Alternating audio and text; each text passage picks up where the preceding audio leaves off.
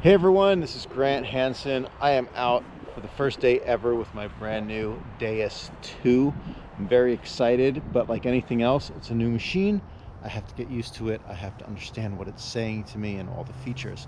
So I figured this is a perfect opportunity to ask Gary Blackwell some questions to help me and others who are transitioning from the Deus I to the Deus II, or just getting it as a new machine altogether. So Gary, my first question for you is, would you say it's a misconception to say that the Deus II is simply a Deus I that has multi-frequency and waterproof abilities, or is it a different machine altogether? Hello Grant, thanks for joining me once again. It's good to see you out in the US braving those nasty weather conditions. I'm sat here in the UK XP Nerve Centre, my office, keeping warm and dry. Is the Deus I the same as the Deus II? Well, they offer similarities, shall we say. They're on a similar platform, but they speak a different language. Let's say the menus are very similar. Using the Deus II feels similar to the Deus I, but you've got lots and lots of additions to help you search in difficult ground conditions. Basically, well, naturally the Deus I was going to evolve at some point, wasn't it? And here it is. So fast multi-frequency can unlock difficult ground conditions. It gives you a better target ID. Is it the answer to all detecting scenarios? Is it the silver bullet over single frequencies? I don't really know. I think there's still going to be instances where we will prefer to use single frequencies.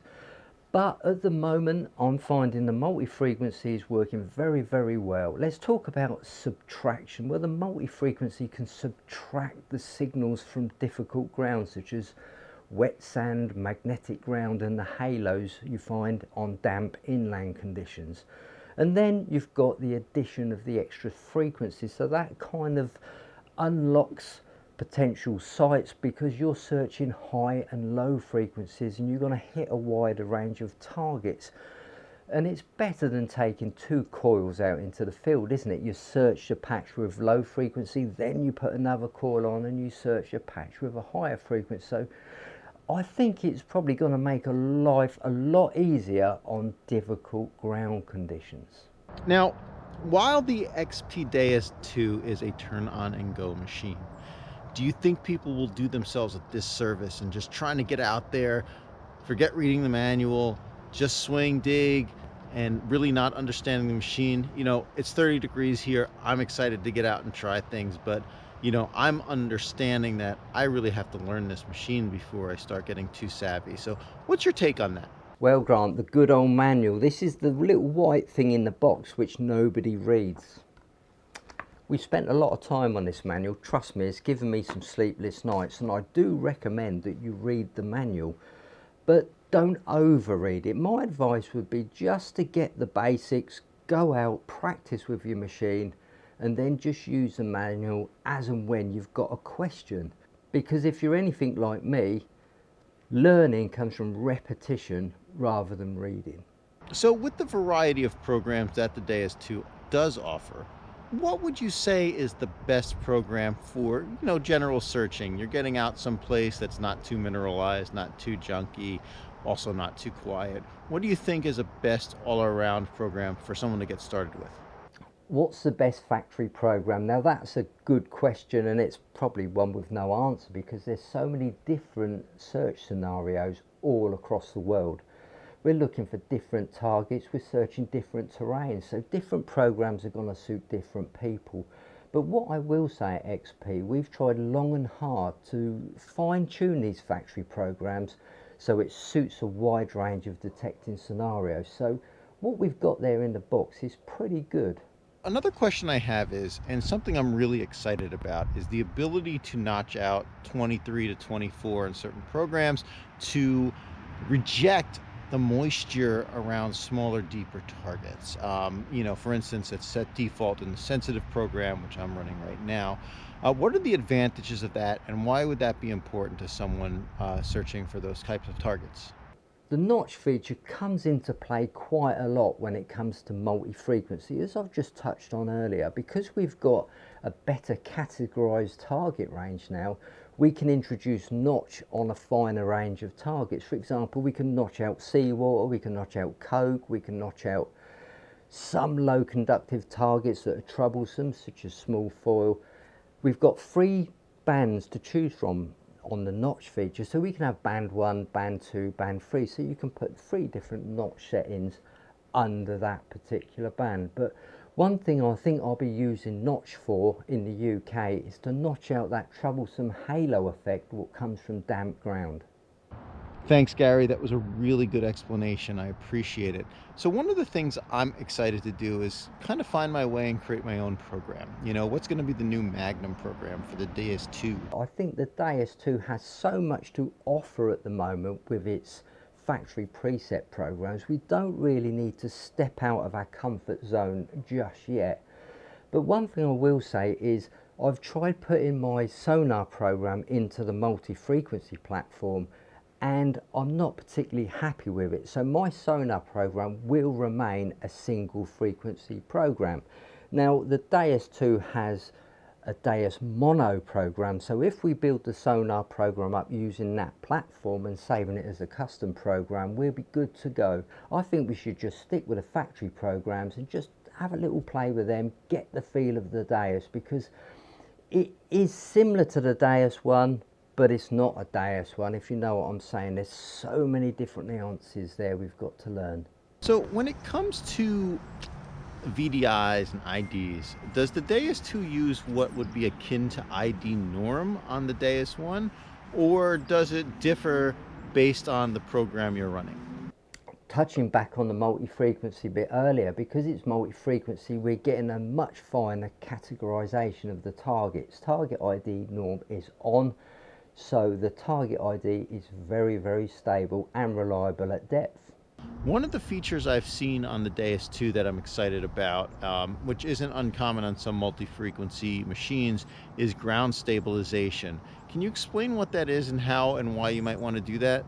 When you do a ground grab with the Deus or the Deus II, sometimes your ground will grab below the shock range, which is about 85, 86, something around there. And we call the shock range when the coil becomes hypersensitive. If you knock the coil against some stubble, some roots, it'll give a little false signal.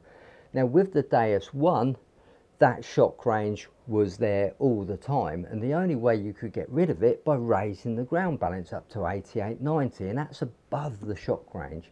But what they've done on the Deus II, they've added some additional filtering. So let's start with Deus II ground stability 1.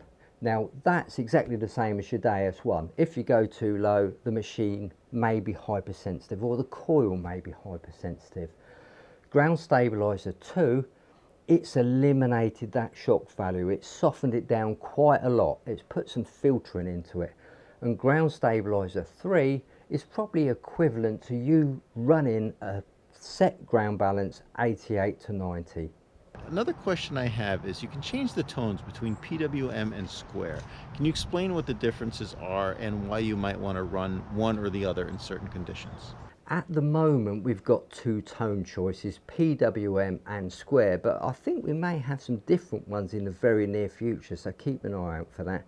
PWM mode, pitch with modulation. That is your standard XP Deus I tone. No changes, it sounds just like a Deus I. Now the square mode makes it a little bit more fluty, a little bit more smoother, and you'll probably recognize this audio tone if you use different manufacturers' machines. So that's all it is just 2 tone choices there, and it's fun to go and play around with it because you can use Deus free tones and put square over the top of it. You can use the full tones, put square over the top of it, or even the pitch mode. And I also like using the pitch mode square with some threshold in the background, so it's got a nice smooth hum as you're detecting. So have a little play around with the different pitch choices. Thank you very much, Gary. I'm sure a common question many of us have is, what's the typical battery life for the remote, the coil, and the various headphones that we have? Well, it largely depends on how you've got the machine set up. If you're using the RC with the speaker, you'll get about 15 hours battery life because the speaker really does use a lot of battery power. But if you're using the headphones, you'll get that up to about 30 hours. Here's a top tip for you. To save battery life, press and hold the plus button, which will take you into the audio volume menu. It's a shortcut key there, and you'll see the options: speaker volume, wireless headphone volume, wired headphone volume, bone conductive volume. Now, you're not using them all at the same time, so just go into each one individually and turn the volumes down to 0 and only use the volume which you're using at the moment. For example, if you're using the speaker or the headphones, and that will drastically save some battery life. Gary, thank you so much. I've got tons more questions and I can ask all day, but I think we'll stop here. Although I do have one more. If there's one tip you could give to a new Deus II user, what would it be? Deus II top tips. Now that's an interesting one because there's probably several, but there's just a few that spring to mind. And one is not really a top tip, it's more housekeeping, shall we say. Because we've got a new machine here, perhaps it's time to have a look at our detecting technique, a new start if you like. Pay attention to our sweep speed and sweep technique, because this machine finds some really small targets, and I think if you move too fast or you've got the coil too far above the ground, you're going to miss the full potential of this Deus. So steady, slow, and just pay attention to what you're doing, and you're going to hear all these different sounds coming through what you'd never hear if you were going too fast or the coil was off the ground. So one top tip there is definitely, let's look at our techniques with this Deus II. And the second Deus top tip has to be the Deus experience.